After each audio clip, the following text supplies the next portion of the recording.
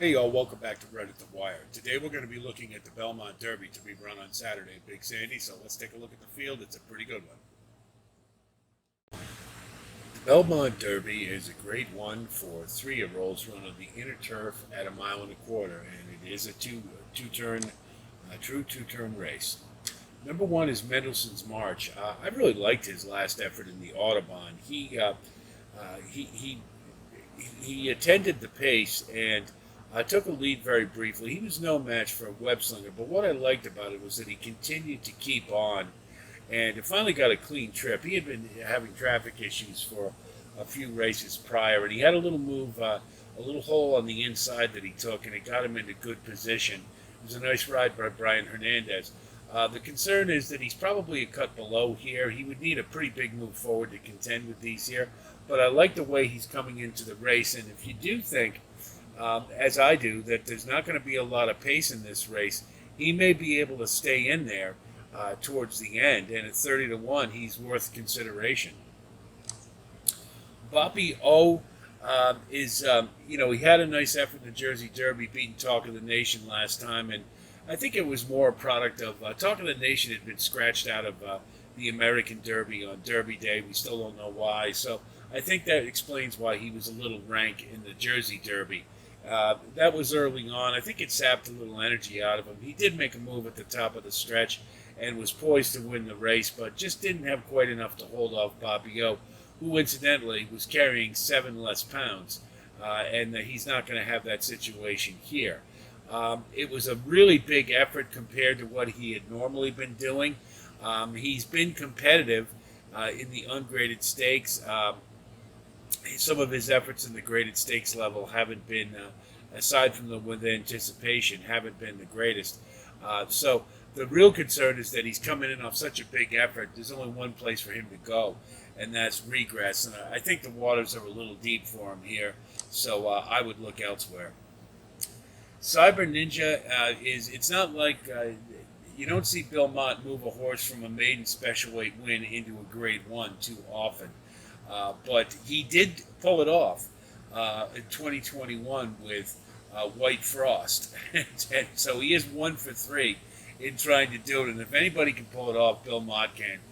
This horse has a really big stride and just looked very impressive winning the last race. Granted, the buyers were a little light, but you just got the feeling that this one is really going to be a special one as he progresses in his career. It is a big class test, but I don't think the distance is going to be a problem for him. And he's kind of intriguing, and you're going to get him at 30 to 1. And this one could easily get under for the try of the Super, I think. And he's certainly worth consideration from that angle. Webslinger showed a new dimension to me last time. He had been coming from behind and closing in races, and yet he rated up closer to the pace last time and made a nice move at the top of the stretch and was able to draw off and win pretty easily. So I was impressed that he showed that he's a little handy, that he doesn't necessarily need a pace to run to, and that he can be more forwardly placed if necessary. More than likely, they're going to try to slow it down in the front end in this race. So it's good to know that he can do that if necessary. He's in good form. There's really no reason to go against him here. And I think I like his chances. Far Bridge got the Pennine Ridge last time. In my opinion, he could very well have won that race if he had gotten a better ride. Clearly, the intent was to try to attend the slow pace and get up near the leaders. And inexplicably, Joel Rosario ended up taking this one all the way back to the rear. So consequently, when they got into the stretch, he had a wall of horses that he had to contend with, and he was totally boxed in, and he still was able to close for second. So it was, despite the lousy ride, it was a really good effort. Obviously, Todd Pletcher didn't like it either because he's gone to Jose Ortiz in this race. So with a better trip, I think this one certainly belongs. The distance shouldn't be an issue, and I think he can get closer to the pace if he needs to. So I like this one's chances quite a bit in here. Silver Knot looks to me, in some respects, a horse that hasn't progressed from his 2-year-old year. He did run in the 2,000 guineas last time, or two back, and didn't factor at all in that race. Granted, that was a pretty good field, but he's supposed to be one of the better 3-year-olds based upon his 2-year-old performance. Just missed winning the Breeders' Cup Juvenile Turf, and so to come back into Pennine Ridge, and he just didn't look like he had enough in the tank to get in contention. He didn't really have any excuses. He was open in the stretch, and he just didn't have enough to get the job done.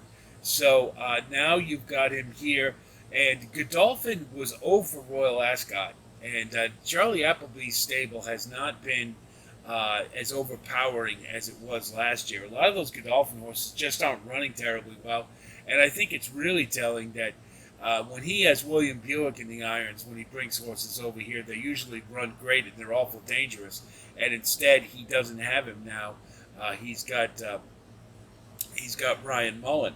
So that, to me, is a bit of a red flag. And considering the last effort, I mean, he is second off the layoff, so maybe he could run a little better next time. But if I'm going to take this horse, I definitely want to have a price. I don't think he fits very well here right now.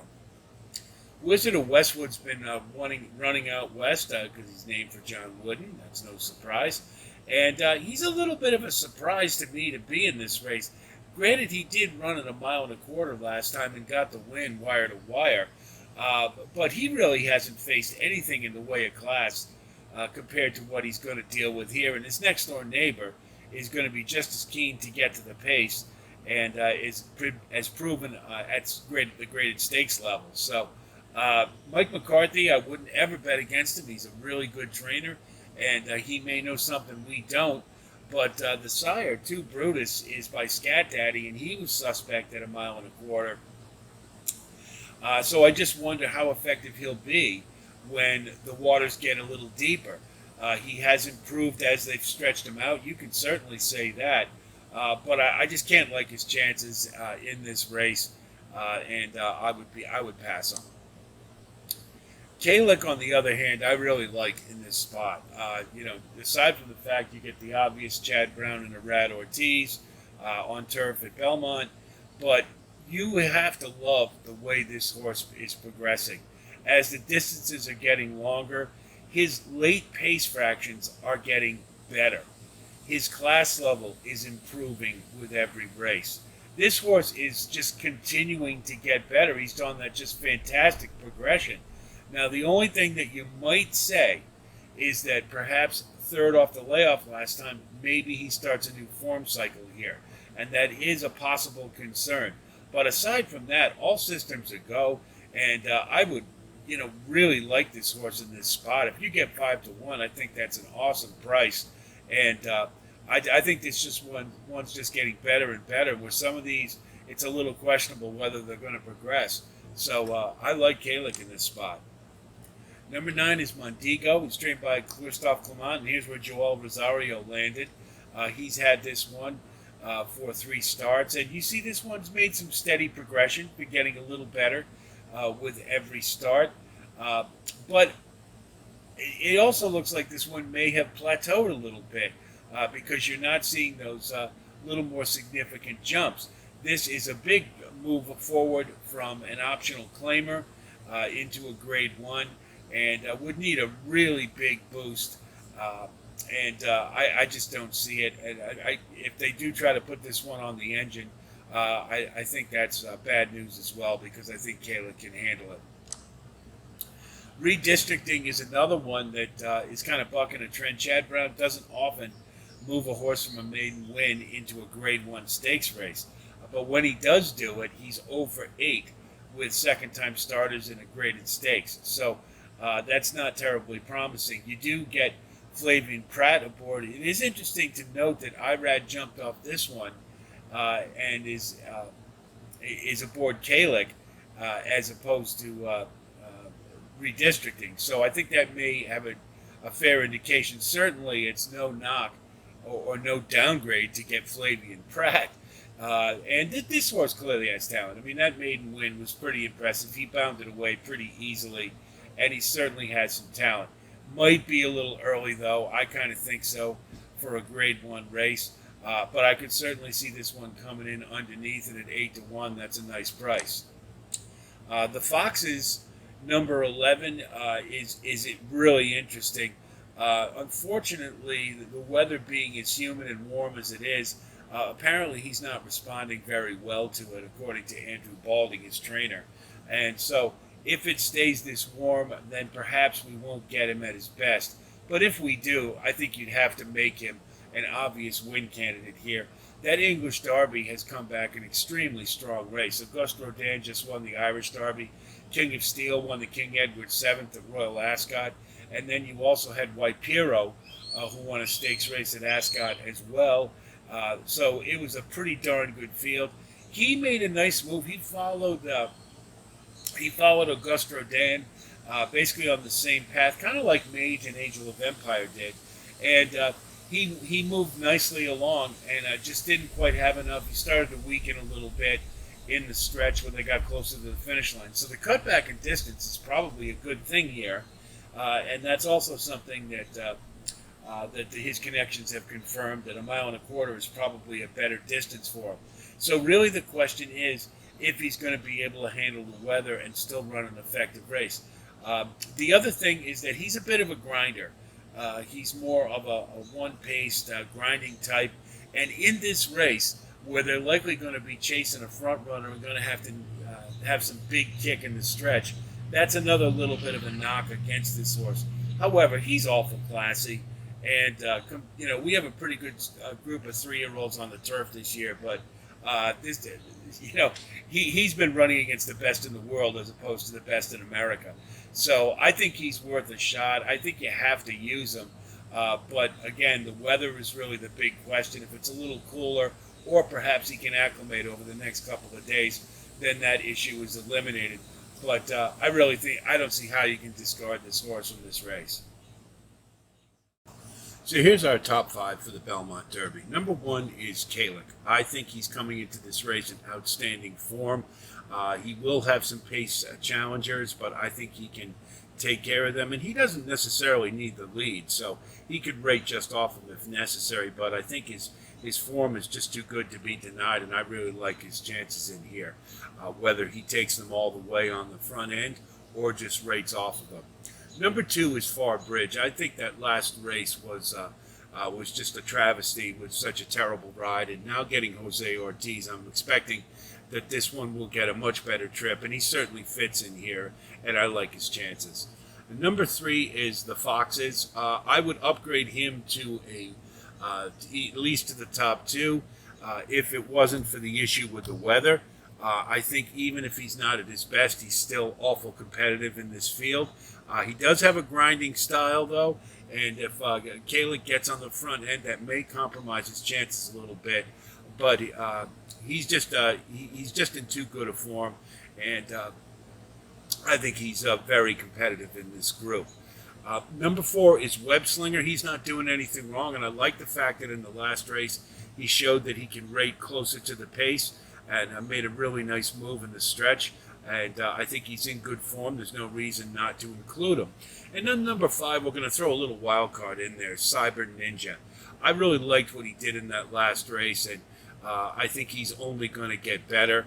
And yes, the waters are a little deeper here, but you're getting a great price on a horse that I think is going to be a player by the end of the year. So why not take a chance now and get him at the best rate you're probably ever going to get him. That's a deep field. That should be a really exciting race. Really anxious to see how the Foxes does against the best 3-year-olds on the turf.